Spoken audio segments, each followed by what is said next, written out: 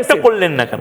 আমাদের সারা দেশের কাছে মাথা হেট হয়ে যায়। পদত্যাগ করলেন না, তিনি যে তার যে মোহ, এইখানে হচ্ছে যে তার মোহ থেকে উনি করছেন যে এখান থেকে পদত্যাগ করলে পরে তো ওনার তো মন্ত্রিসভাটাই নেই, উনি তাহলে পদত্যাগটা না করে কি করবেন? আর একটা যেটা করতে চাইছেন, আপনি দেখেছেন যে গতকাল যেভাবে ঘটনা ঘটেছেন, খুব দুঃখজনক ঘটনা, যেটা হচ্ছে আমাদের মাননীয় বিরোধী দলনেতা তার আত্মসহায়ককে খুন করা হয়েছে, গুলি করে হত্যা করা হয়েছে, চারটা গুলি, সেখানে 4টা বুলেট পাওয়া গেছে তার যেখানে, এবং একেবারে নির্দিষ্ট করা হয়েছে যেখানে হচ্ছে তাকে নিশ্চিতভাবে তিনি মারা যান এরকম জায়গাকে চিহ্নিত করে সেখানে করা হয়েছে। এবং যারা হচ্ছে যে এখানে সুপারি কিলার যারা থাকেন তাদের মাধ্যমে করা হয়েছে, এবং যত জায়গাতে গুলি চালানো হয়েছে, গতকাল গুলি চালানো হয়েছে, বিভিন্ন জায়গাতে বোম ব্লাস্ট করা হয়েছে।